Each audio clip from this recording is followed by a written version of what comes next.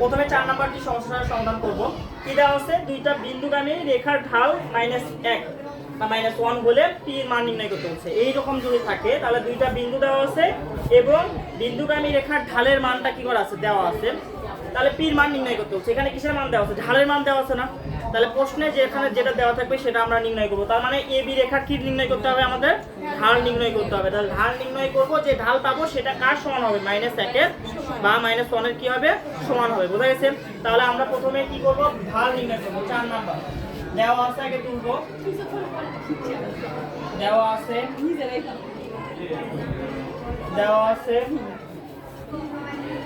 A 3,3p R B 4,p²+1। তাহলে প্রথমে আমাদেরকে কি নির্ণয় করতে হবে, যেহেতু ঢালের মান দেওয়া আছে সেহেতু আমাদেরকে কি নির্ণয় করতে হবে, ঢাল নির্ণয় করতে হবে। তাহলে ঢাল, অতএব AB রেখার ঢাল,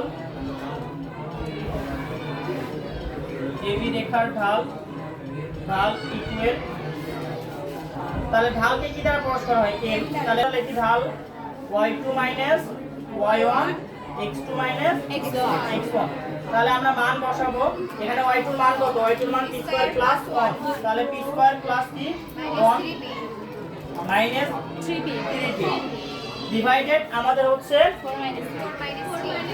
y2 x2 4 x1 এর মান কত 3।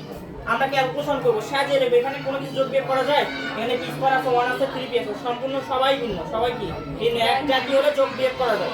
তাহলে আমরা একটু সাজিয়ে লিখব। তাহলে সাজিয়ে লিখতে হবে p² -3p+1, তারপরে বিয়োগ করলে কত হবে 1। তাহলে নিচে 1 লেখা লাগে না, তাহলে কি হবে p² -3p+1। তাহলে এইটা আমরা কি পাইলাম, ঢাল পাইলাম। আবার ঢালের মানও দেওয়া আছে, ঢালের মান কত দেওয়া আছে, -1। তার মানে প্রশ্ন মতে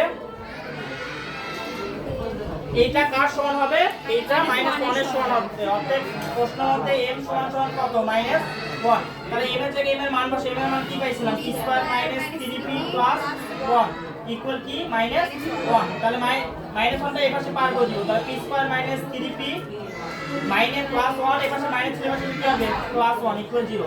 আমরা সমাধান অঙ্ক ভালো পারতে হবে। সমাধান অঙ্কে যখন স্কয়ার থাকবে আর একটা চলক থাকবে, তার উপর কোনো ঘাত থাকবে না, তখন মনে রাখবো মিডল টার্ম সূত্র এগুলো ফেলানোর চিন্তা করব। তাহলে এখানে কত হচ্ছে, 1 আর 1 কত হচ্ছে 2। তাহলে তার মানে আমাকে কি হচ্ছে, 2 কে ভেঙে যোগ করে কি মিলা লাগবে, 3 মিলা লাগবে। 2 কে ভেঙে যোগ করে কি মিলা লাগবে, 3 মিলা লাগবে। তার মানে আমরা জানি কি 2 কে 2, তার মানে 2 আর 1 যোগ করলে কত হবে, 3। তার মানে আমরা পাইলাম p² -2p -3+2 ইকুয়াল কি 0। তাহলে একটা একটা করে কমন নিব। তার মানে p কমন নিলে কি হয়, p -2, এখানে -1 কমন নিলে p কি হয় 2 ইকুয়াল 0।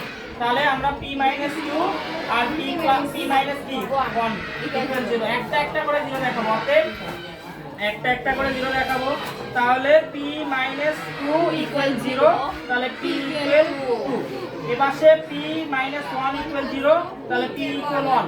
তার মানে এগুলো কিন্তু নিচে লাইন, আমার জায়গা নাই, ওই জন্য ওখানে করলাম। তাহলে আমাদের হচ্ছে p এর মান কত কত বের হলো, 1 অথবা 2। তার p এর সম্ভাব্য মান, তাহলে নির্ণয়, তাহলে কিসের মান নির্ণয় করতে হচ্ছে, p এর মান নির্ণয় করতে হচ্ছে। তাহলে নির্ণয় মান p ইকুয়াল কত কত পাইলাম, একটা 1 পাইলাম আর একটা কি পাইলাম, 2 পাইলাম। বোঝা গেছে? যদি আমার ঢালের মান দেওয়া থাকে, ঢাল নির্ণয় করব। কি নির্ণয় করব, ঢাল নির্ণয় করব। তাহলে ঢাল নির্ণয় করার পর প্রশ্ন মতে ওই ঢাল ওই মানের সমান হবে। কিসের সমান হবে, ওই মানের সমান। মনে রাখবে এটা।